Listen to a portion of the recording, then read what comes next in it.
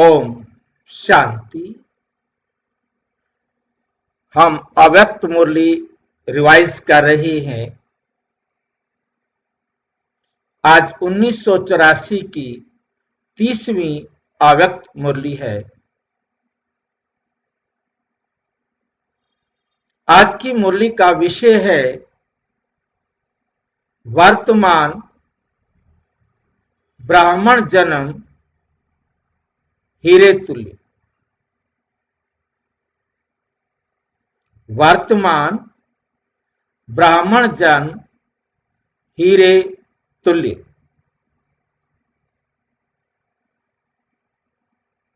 ये मुरली बाबा ने चलाई थी 24 अप्रैल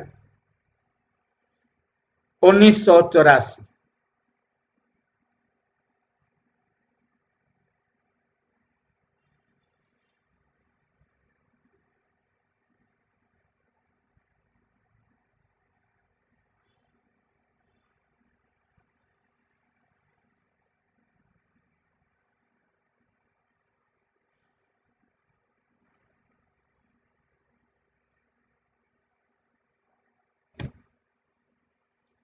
आज बाप दादा अपने सर्वश्रेष्ठ बच्चों को देख रहे हैं। विश्व की तमोगुणी अपवित्र आत्माओं के अंतर में कितनी श्रेष्ठ आत्माएं हैं।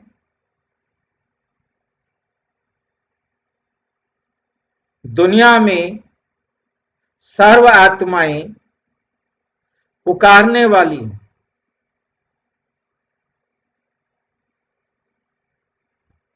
दुनिया में सर्व आत्माएं पुकारने वाली हैं। भटकने वाली अप्राप्त आत्माएं हैं। जो अप्राप्त आत्माएं, जिनकी इच्छाएं पूरी नहीं हुई हैं, वो आत्माएं अभी भटक रही हैं। भटकने का क्या मतलब होगा?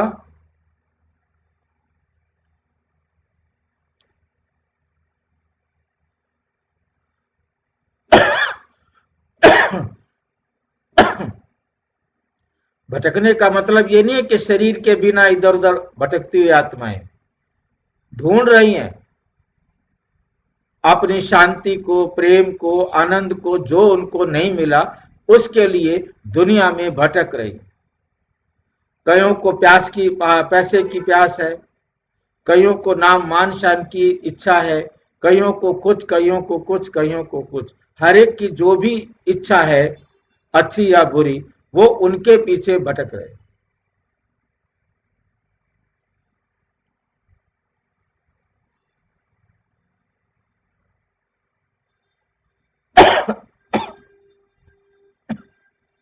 कितनी भी अविनाशी सर्व प्राप्तियां हो, विनाशी कितनी भी प्राप्तियां हो उनके पास,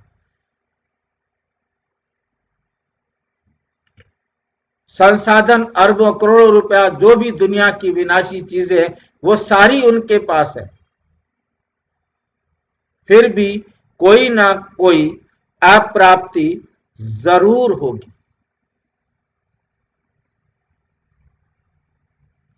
आप ब्राह्मण बच्चों को, सर्व प्राप्तियों के दाता के बच्चों को अप्राप्त कोई वस्तु नहीं, अप्राप्त कोई वस्तु नहीं, सदा प्राप्ति स्वरूप हो। अल्पकाल के सुख के साधन, अल्पकाल के वैभव, अल्पकाल का राज्य अधिकार नहीं होते।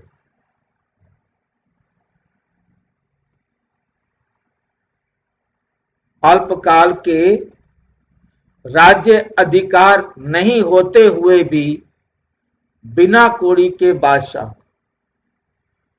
और आप बच्चे कैसे हो?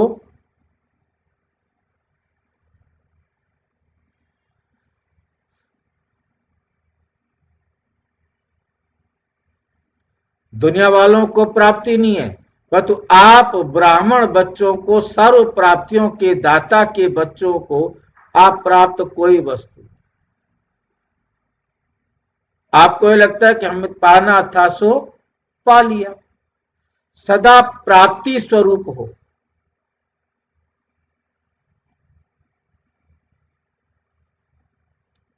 अल्पकाल के सुख के साधन,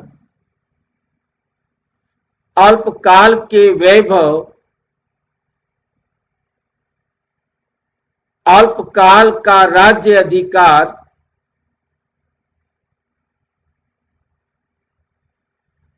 नहीं होते हुए भी बिना कोई बादशाह हो।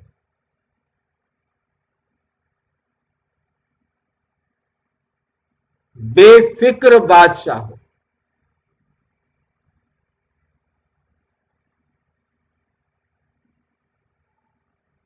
बेफिक्र बादशाह हो। माया जीत, प्रकृति जीत, स्वराज्य अधिकारी हो। ये तीन चीजें मुझे कौन बताएगा, पता नहीं, तीन तीन बातें एक साथ बता देते हैं।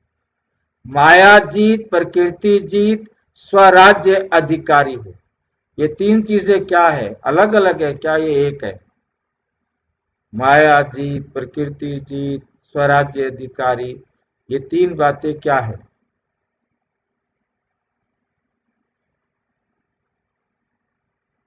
माया जीत क्या होता है? हाँ जी। माया जीत अपने गुणों को पुनः स्मृति में लाना। माया जीत माना अपने गुणों को फिर से संपन्न करना। हाँ जी। अच्छा, जीत मतलब अपने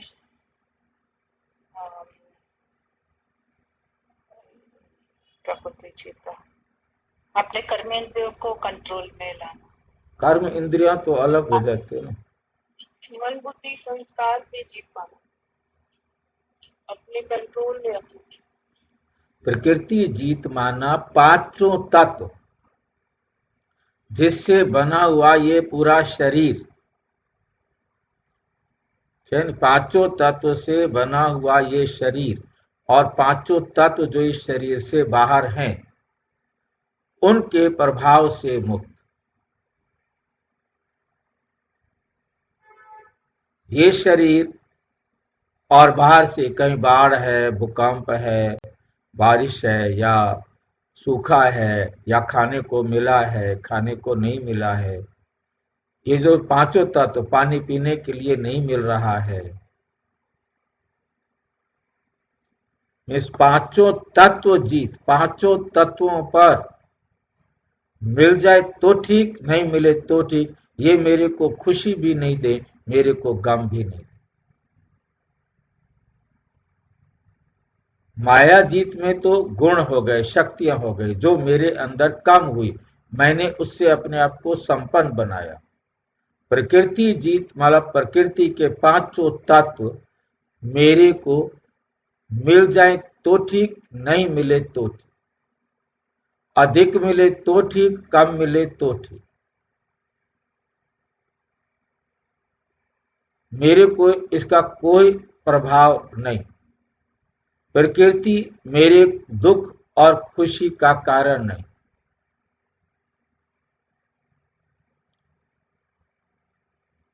स्वराज्य अधिकारी माना मन, बुद्धि और संस्कार को बाबा की श्रीमत पर चलाने वाला।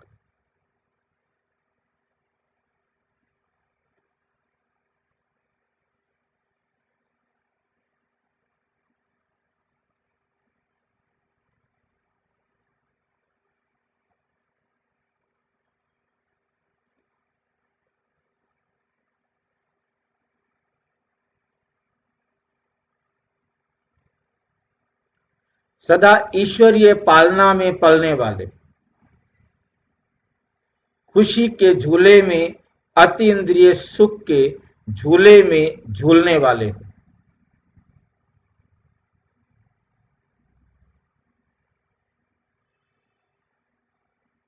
विनाशी संपत्ति के बजाय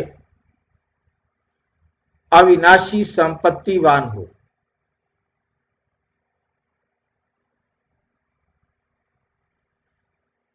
रतन जड़ित ताज नहीं, लेकिन परमात्म बाप के सिर के ताज हो।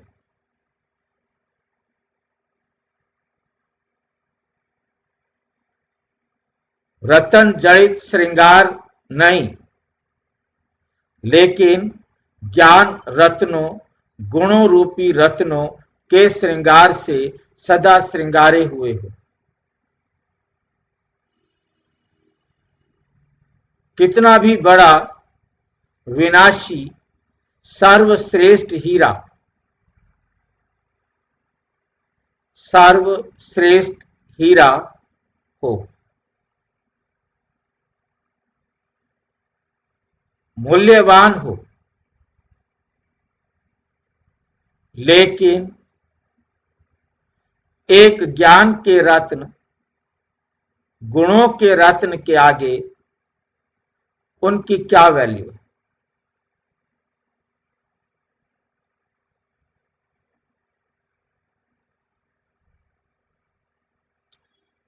कितना भी बड़ा विनाशी सर्वश्रेष्ठ हीरा, वो भी आपके आगे कोई मूल्यवान नहीं।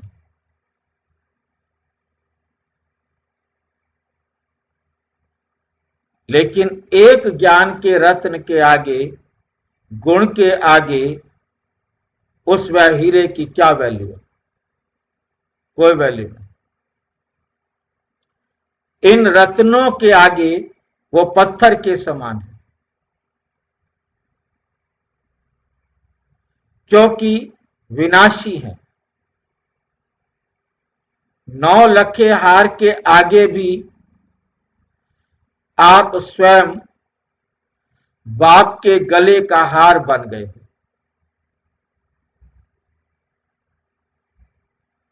प्रभु के गले के हार के आगे 9 लाख कहो, 9 पदम कहो, व अनगिनत पदम के मूल्य का हार कुछ भी नहीं।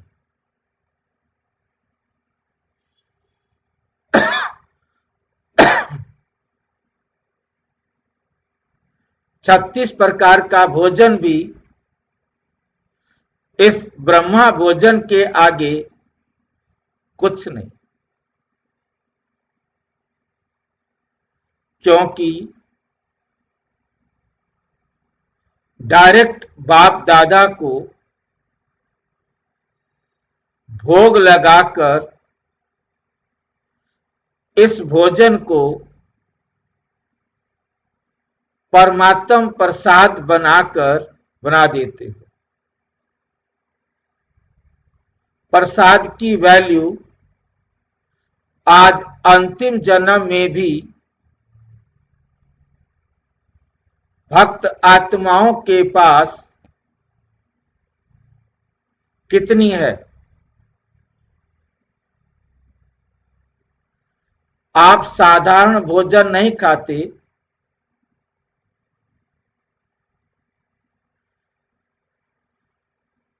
प्रभु प्रसाद खा रहे हो,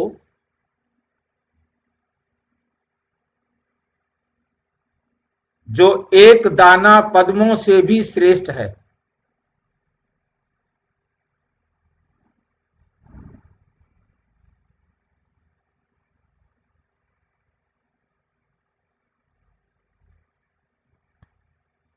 ऐसी सर्वश्रेष्ठ आत्माएं हो,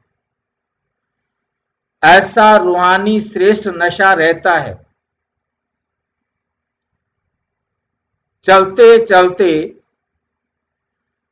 अपनी श्रेष्ठता को भूल तो नहीं जाते हो?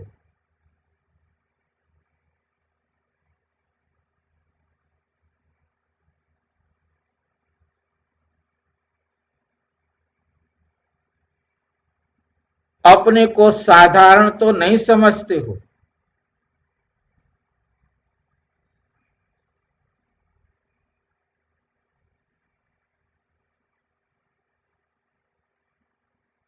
सिर्फ सुनने वाले या सुनाने वाले तो नहीं, स्वमान वाले बने हो। सुनने सुनाने वाले तो अनेकानेक हैं, स्वमान वाले कोटों में कोई हैं। आप कौन हो? अनेकों में हो व कोटों में कोई वालों में हो। प्राप्ति के समय पर अलबेला बनना उन्हों को बाप दादा कौन सी समझ वाले बच्चे कहें। पाए हुए भाग्य को, मिले हुए भाग्य को अनुभव नहीं किया जाता, अर्थात अभी महान भाग्यवान नहीं बने तो कब बनेंगे? इस श्रेष्ठ प्राप्ति के संगम युग पर हर कदम ये स्लोगन सदा याद रखो कि अब नहीं तो कब नहीं, अभी नहीं तो कभी नहीं। समझा? अच्छा, अभी गुजरात जोन आया है। गुजरात की क्या विशेषता है?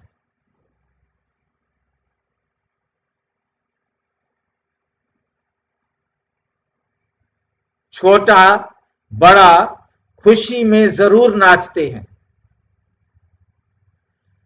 अपना छोटापन मोटापन सभी भूल जाते हैं।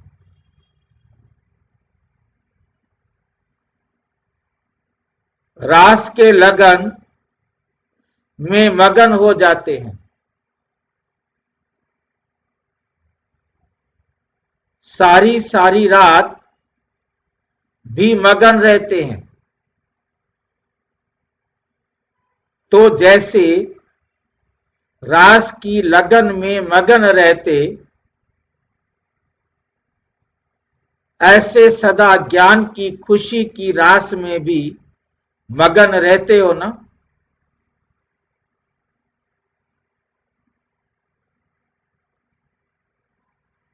इस अविनाशी लगन में मगन रहने के भी नंबर 1 अभ्यासी हो ना?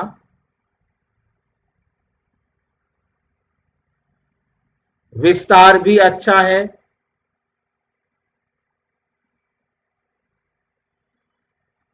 इस बारी मुख्य स्थान मधुबन के समीप के साथी दोनों जोन आए हैं। एक तरफ है गुजरात और दूसरी तरफ है राजस्थान। दोनों समीप है ना? सारे कार्य का संबंध राजस्थान और गुजरात से है। माउंट आबू बिल्कुल बॉर्डर पर है। इधर से 5-7 किलोमीटर के बाद गुजरात शुरू हो जाता है। राजस्थान में तो यह है ही।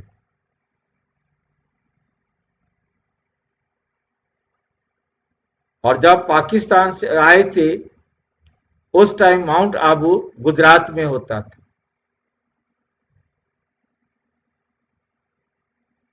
ये राजस्थान अलग हुआ तो ये राजस्थान में आ गया।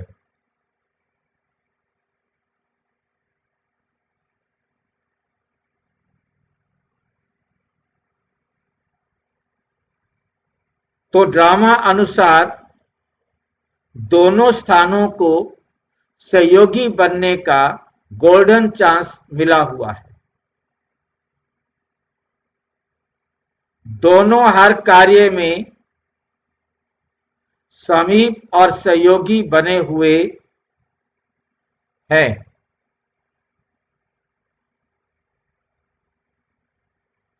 संगम युगी के स्वराज्य की राजगद्दी तो राजस्थान में है ना।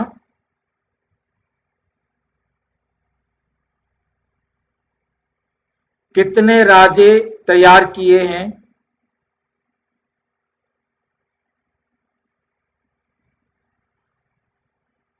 राजस्थान के राजे गाए हुए हैं।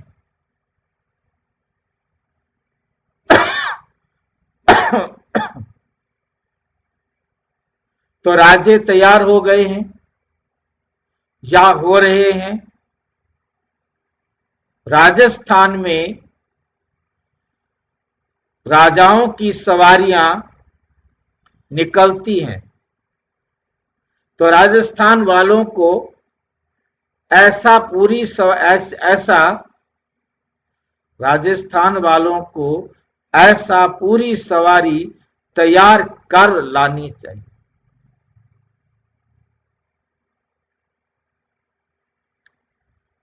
तब तो सब पुष्पों की वर्षा करेंगे ना। बहुत ठाठ से सवारी निकालते हैं तो कितने राजाओं की सवारी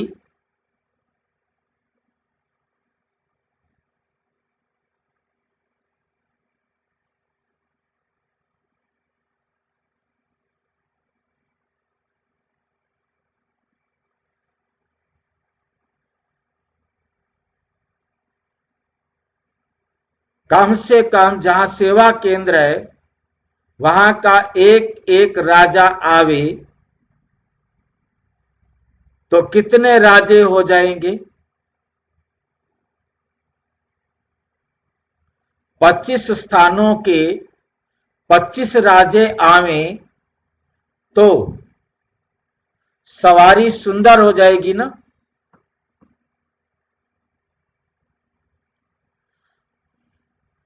ड्रामा अनुसार राजस्थान में ही सेवा की गद्दी बनी है। तो राजस्थान का भी विशेष पार्ट है।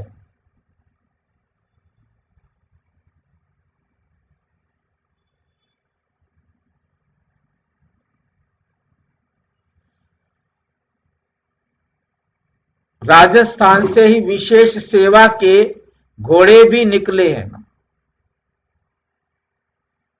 ड्रामा में पार्ट है, सिर्फ इनको रिपीट करना है। सिर्फ इनको रिपीट करना है। कर्नाटक का भी विस्तार बहुत हो गया है।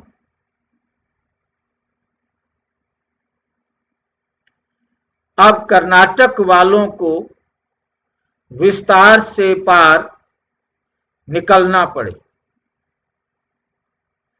अब कर्नाटक वालों को विस्तार से पार निकलना पड़े। जब मक्खन निकाल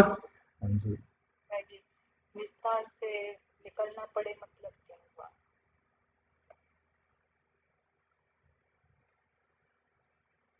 कर्नाटक का भी विस्तार बहुत हो गया है। अब कर्नाटक वालों को विस्तार से पार निकलना पड़े। कर्नाटक का विस्तार का क्या मतलब है?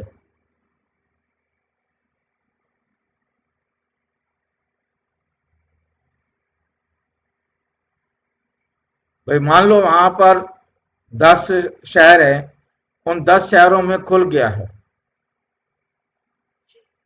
अब उससे आगे बढ़ो।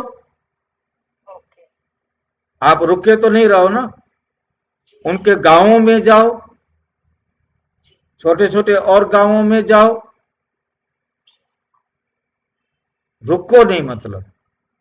जी भाई जी।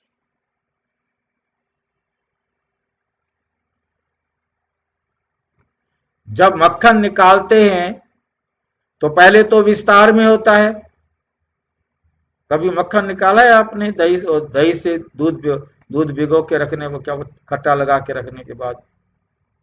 आजकल कोई नहीं निकालता।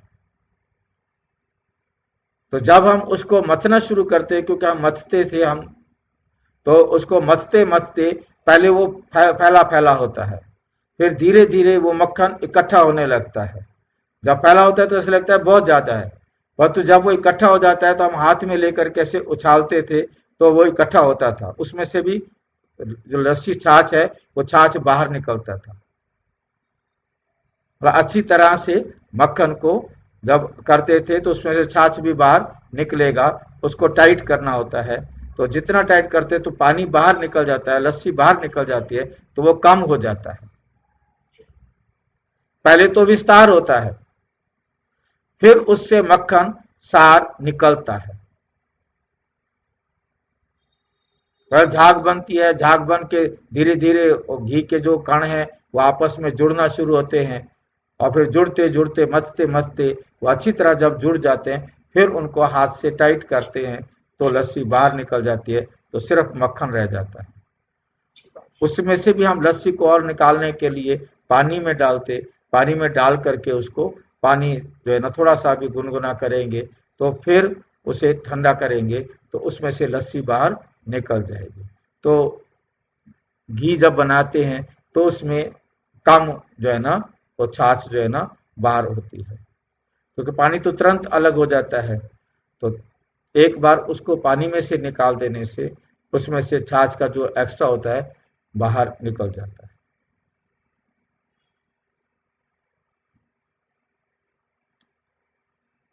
फिर उससे मक्खन सार निकलता है। तो कर्नाटक को भी विस्तार से अब मक्खन निकालना है।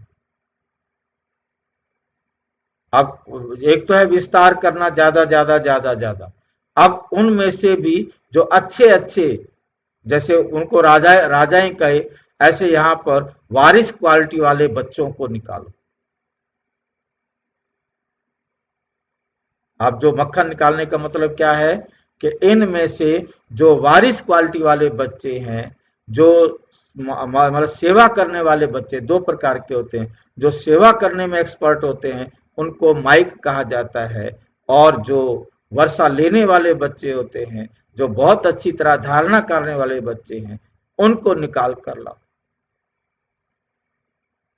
सार स्वरूप बनना और बनाना है, खुद भी सार स्वरूप बनना है और उनको भी बनाना है।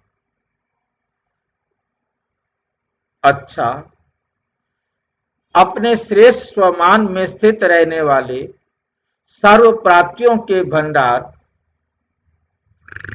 सदा संगम योगी, श्रेष्ठ स्वराज्य और महान भाग्य के अधिकारी आत्माओं को, सदा रूहानी नशे और खुशी स्वरूप आत्माओं को बाप दादा का याद, प्यार और नमस्ते। हम बच्चों का भी बाप दादा को नमस्ते नमस्ते नमस्ते पार्टियों से। सभी अपने को स्वराज्य अधिकारी श्रेष्ठ आत्माएं समझते हो।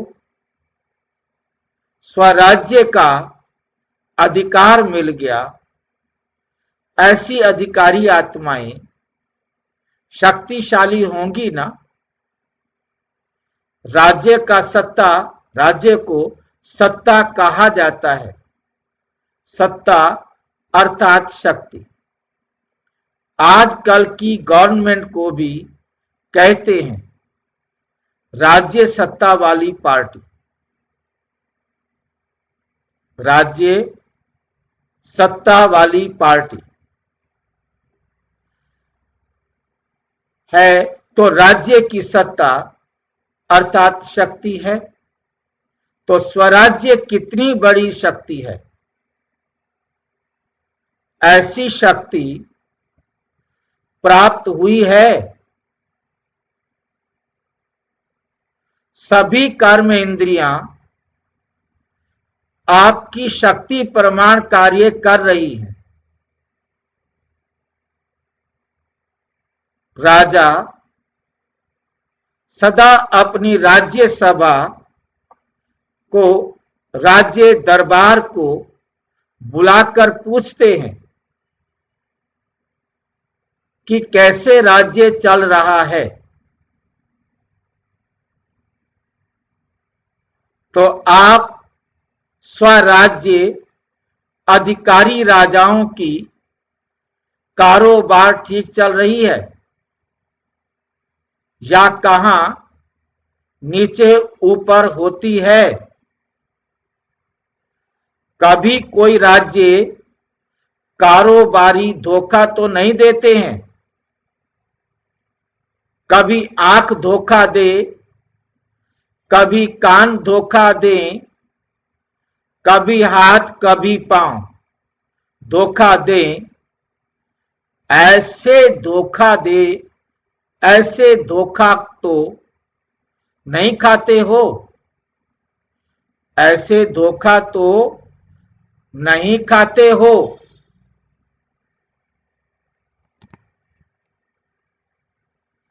अगर राज्य सत्ता ठीक हो, अगर राज्य सत्ता ठीक हो तो हर संकल्प, हर सेकंड में पद्मों की कमाई हो। तो क्या होगा? पद्मों की कमाई।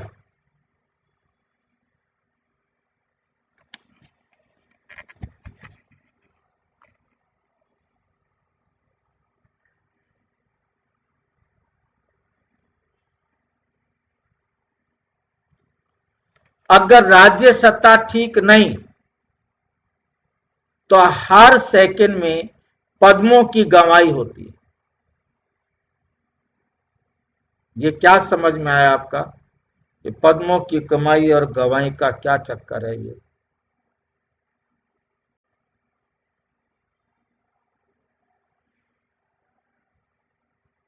अगर राज्य सत्ता ठीक है, कौन सी है राज्य सत्ता? भाई अपनी सूक्ष्म शक्तियों और कर्मेंद्रियां। जब हम अपने सूक्ष्म शक्तियों को बाबा की श्रीमत के अनुसार चला रहे हैं तो राज्य सत्ता ठीक है। तो हर संकल्प बाबा की श्रीमत के अनुसार होगा, हर सेकंड सफल होगा, तो पद्मों की कमाई है। अगर राज्य सत्ता ठीक नहीं है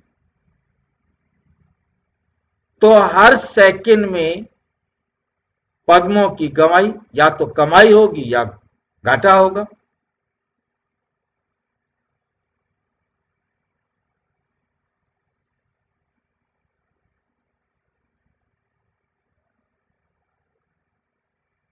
हर सेकंड में या तो पद्मों की कमाई होगी, और पद्मों की कमाई नहीं हुई तो पद्मों का घाटा हुआ ना। जी भाई। ये पता नहीं कैसे कैसे जुल्म कर रहा है बाबा हमारे ऊपर।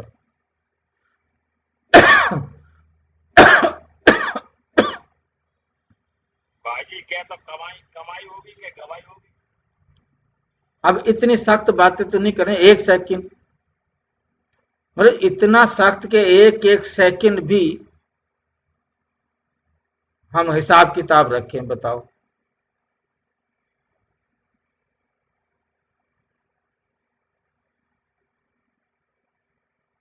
एक सेकंड तो ऐसे बीत जाता है, और जितने सेकंड ऐसे बीत गए वो कितना घाटा हो गया। हम कितनी देर, कितने सेकंड अपनी सूक्ष्म शक्तियों के राजा रहे। ये तो कहता 24 घंटे रहो। कैसे रहें बताओ? दोस्त हैं, परिवार है, उन सबके साथ निभाना तो पड़ता है ना।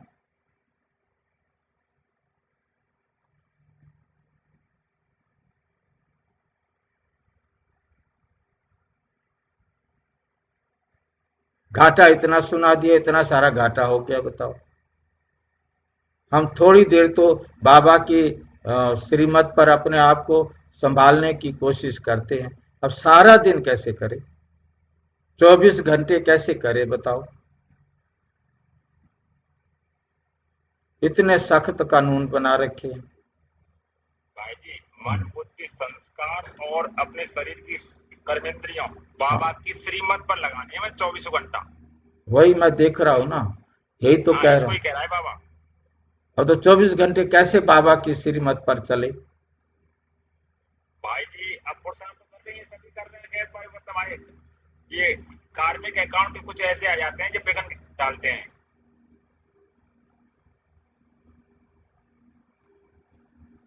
चलो देख लो, अपने मन को बैठकर समझाएं, ताकि जो जो भी टाइम हमारा वेस्ट जाता है वो वेस्ट ना जाए, ताकि पद्मों की कमाई खत्म ना। हाँ जी, व्यर्थ से बचना है, व्यर्थ से। व्यर्थ से भी बचना है, मतलब किसी चीज से भी बचना है, मतलब एक एक सेकंड बाबा की श्रीमत पर चलना, एक भी सेकंड बाबा की श्रीमत के बिना नहीं।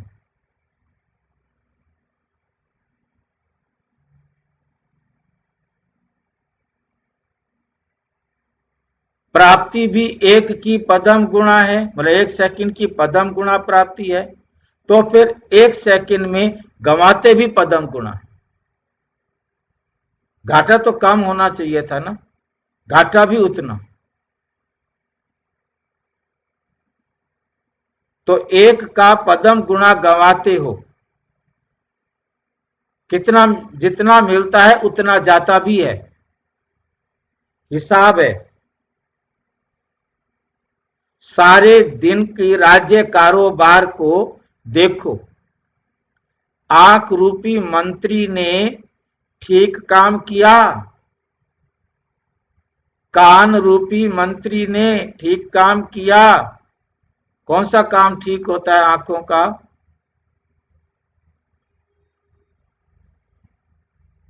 देखना। क्या देखना? आंखें देखेंगे से क्या देखेंगे तो ठीक होगा? व्यर्थ ना देखना। सिर्फ आत्मा को देखना है, आत्मा के अलावा और कुछ नहीं देखना है। ना तो कोई सामान देखना है, ना शरीर को देखना।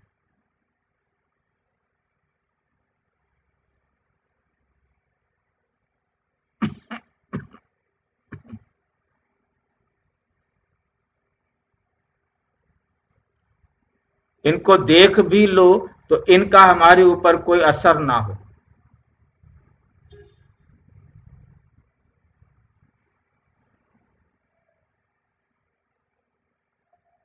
कान, सिर्फ बाबा की बात सुननी है, बाकी सुन लो तो एक कान से सुनो, दूसरे से निकाल दो। सोचना है तो बाबा की बात सोचनी है, बाकी कुछ नहीं सोचना। बोलना है तो बाबा की बात बोलनी है, करना है तो बाबा की श्रीमत के अनुसार।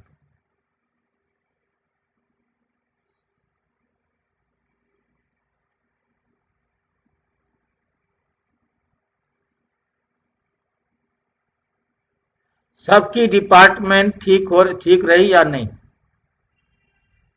ये चेक करते हो या थक कर सो जाते हो? सोने से पहले ये चेक करते हो या गए और गए, थक कर सो जाते हो?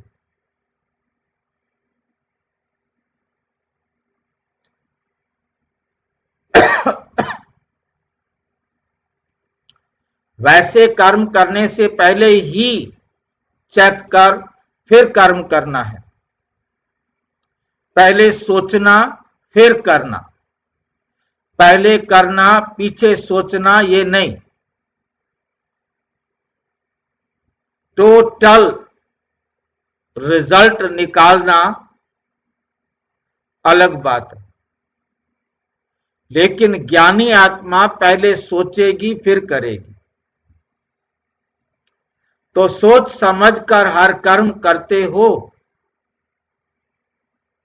पहले सोचने वाले हो या पीछे सोचने वाले हो, कोई फर्क पड़ता है क्या? हमने पहले सोचा या 10 मिनट बाद में सोच लिया, पहले 10 मिनट बचा लिए तो बाद में सोच लेंगे, कोई फर्क पड़ता है? मान लो 10 मिनट सोचने में लगते हैं, पहले हमने 10 मिनट बचा लिए, काम कर लिया, फिर बाद में सोच लेंगे, कोई फर्क पड़ेगा क्या? करने के बाद सोच के क्या फायदा भाई? सोचना है, पहले कर लो पीछे खा लो, दूध पी लो चीनी खा लो, क्या फर्क पड़ता है? फीका दूध पी के चीनी खा लो। समझ के कार्य करना चाहिए भाई जी, बाबा की कीमत में। बाद में सोच के क्या फायदा, वो तो कर दिया। इसलिए वो कहते थे सोच के करो, पहले सोचो फिर बोलो। तो दुनिया वाली भी ऐसे कहते हैं, बाबा भी ऐसे कह रहे हैं। चलो मान लो भाई बाबा की बात। पहले सोचने वाले हो या पीछे सोचने वाले? अगर ज्ञानी पीछे सोचे उसको ज्ञानी नहीं कहे, ये है डंडा।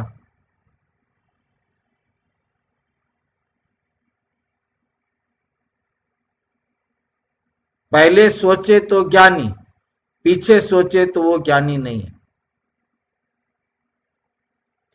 करने के बाद सोचा तो वो ज्ञानी नहीं है।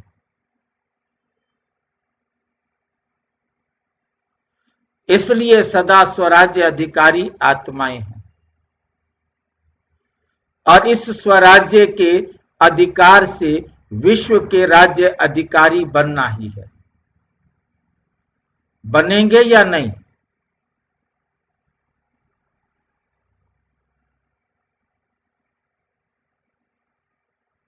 ये क्वेश्चन नहीं। स्वराज्य है तो विश्व राज्य है ही। तो स्वराज्य में गड़बड़ तो नहीं है ना?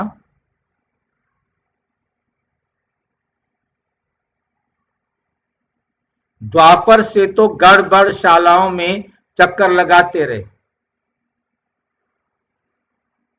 गड़बड़शालाओं में जहां मूर्खतापूर्ण कार्य होते थे, गड़बड़ कार्य होते थे, उन शालाओं में चक्कर लगाते रहे। अब गड़बड़शाला से निकल आए हो, अभी फिर कभी भी किसी भी प्रकार की गड़बड़शाला में पांव नहीं रखना। ये ऐसी गड़बड़शाला है, एक बार पांव रखा तो भूल भुलैया का खेल है, फिर निकलना मुश्किल हो जाता है। इसलिए सदा एक रास्ता, एक में गड़बड़ नहीं होती। एक रास्ते पर चलने वाले सदा खुश, सदा संतुष्ट।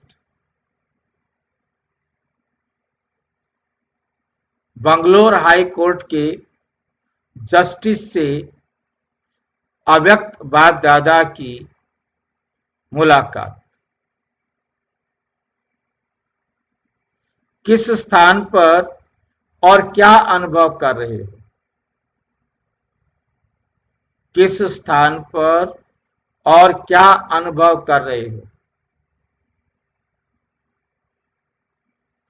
अनुभव सबसे बड़ी अथॉरिटी है।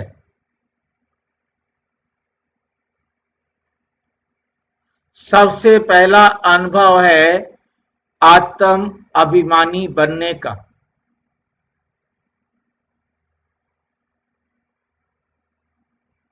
जब आत्म अभिमानी का अनुभव हो जाता है तो परमात्म प्राप्ति का भी अनुभव स्वतः हो जाता है। जितना अनुभव उतना शक्तिशाली। जन्म जन्मांतर के दुखों से छुड़ाने की जजमेंट देने वाले हो ना, या एक ही जन्म के दुखों से छुड़ाने वाले जज हो।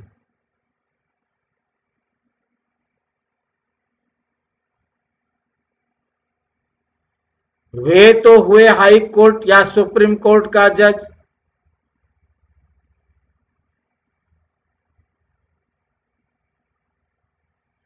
ये है स्पिरिचुअल जज।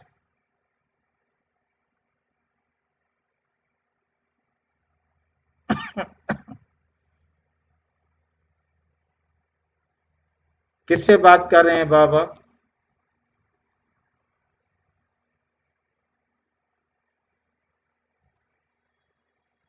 किससे बात कर रहे हैं?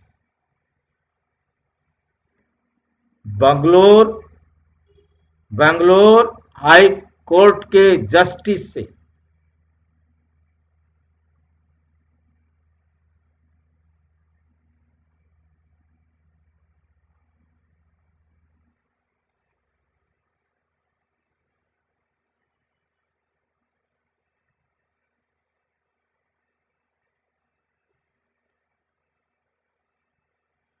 जन्म जन्मांतर के दुखों से छुड़ाने की जजमेंट देने वाले हो ना। कौन है जन्म जन्मांतर के दुखों से छुड़ाने की जजमेंट देने वाला?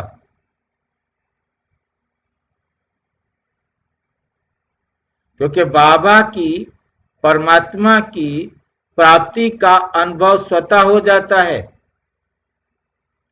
जितना अनुभव उतना शक्तिशाली। जन्म जन्मांतर के दुखों से छुड़ाने की जजमेंट देने वाले हो ना, या एक ही जन्म के दुखों से छुड़ाने वाले जज हो? कौन सा जज हो आप?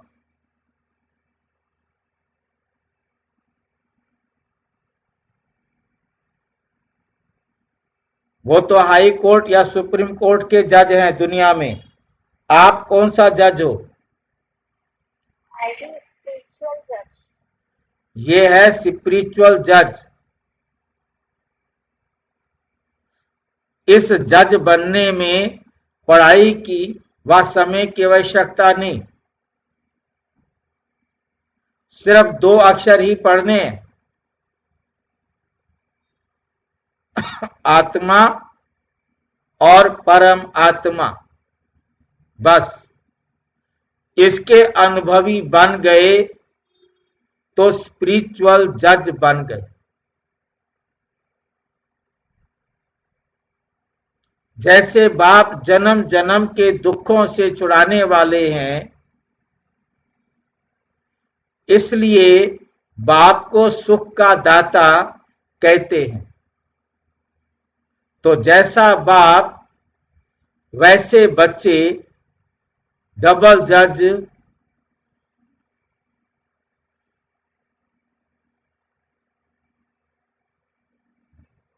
बनने से अनेक आत्माओं के कल्याण के निमित्त बन जाएंगे। आएंगे एक केस के लिए और जन्म जन्म के केस जीत कर जाएंगे। बहुत खुश होंगे। तो बाप की आज्ञा है स्पिरिचुअल जज बनो।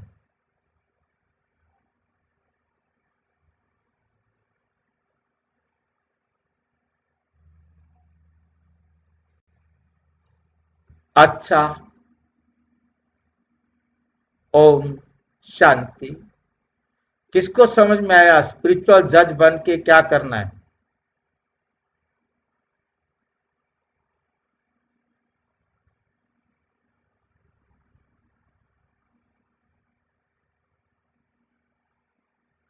किसको समझ में आया है स्पिरिचुअल जज बन के क्या करना है? इसको जज बनकर जन्म जन्मांतर की कमाई को जमा करना।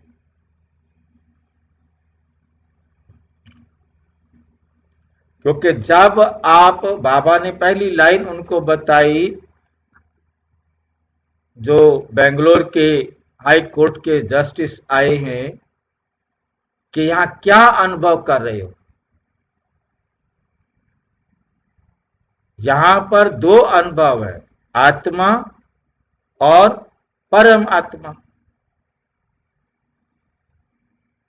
जब आप आत्मा और परमात्मा इन दोनों के अनुभवी हो गए तो आप क्या जजमेंट देंगे?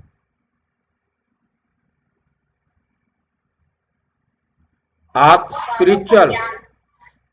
स्पिरिचुअल जजमेंट देंगे। हमारा जो सारा संविधान है वो आत्मा और परमात्मा से बना है ना। जो जिसने आत्मा को अनुभव कर लिया, परमात्मा को अनुभव कर लिया, तो क्या रह गया?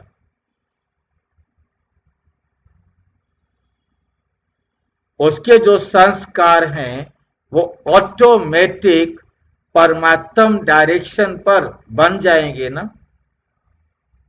यही तो परमात्म संविधान है जो हमने परमात्मा की डायरेक्शन पर बनाया है।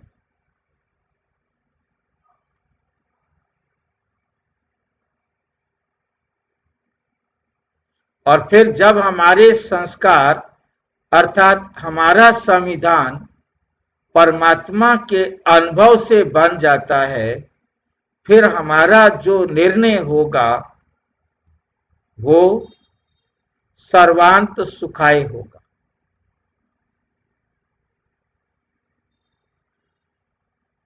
सबको सुख देने के लिए होगा।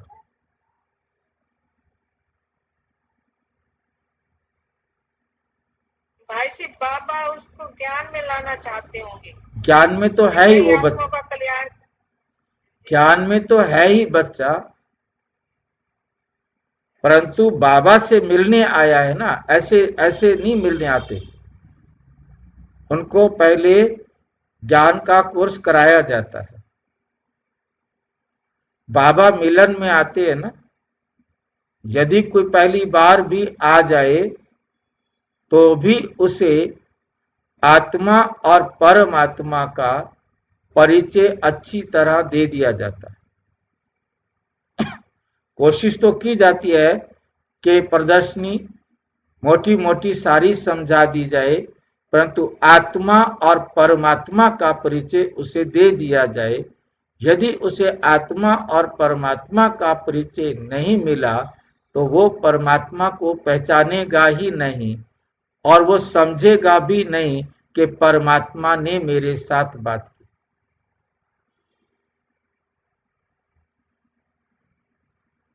क्योंकि ये अव्यक्त बाप दादा से बात हो रही है तो वो समझेगा कि दादी ने मेरे साथ बात की।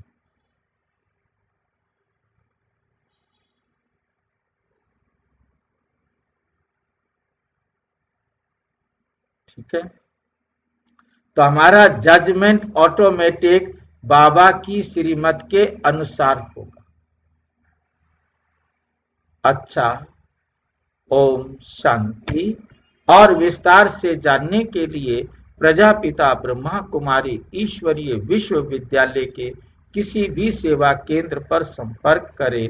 और यदि कोई प्रश्न है तो 9213106986 पर केवल टेलीग्राम करें या अराटाई करें 9650692270 पर केवल व्हाट्सएप करें, फोन नहीं।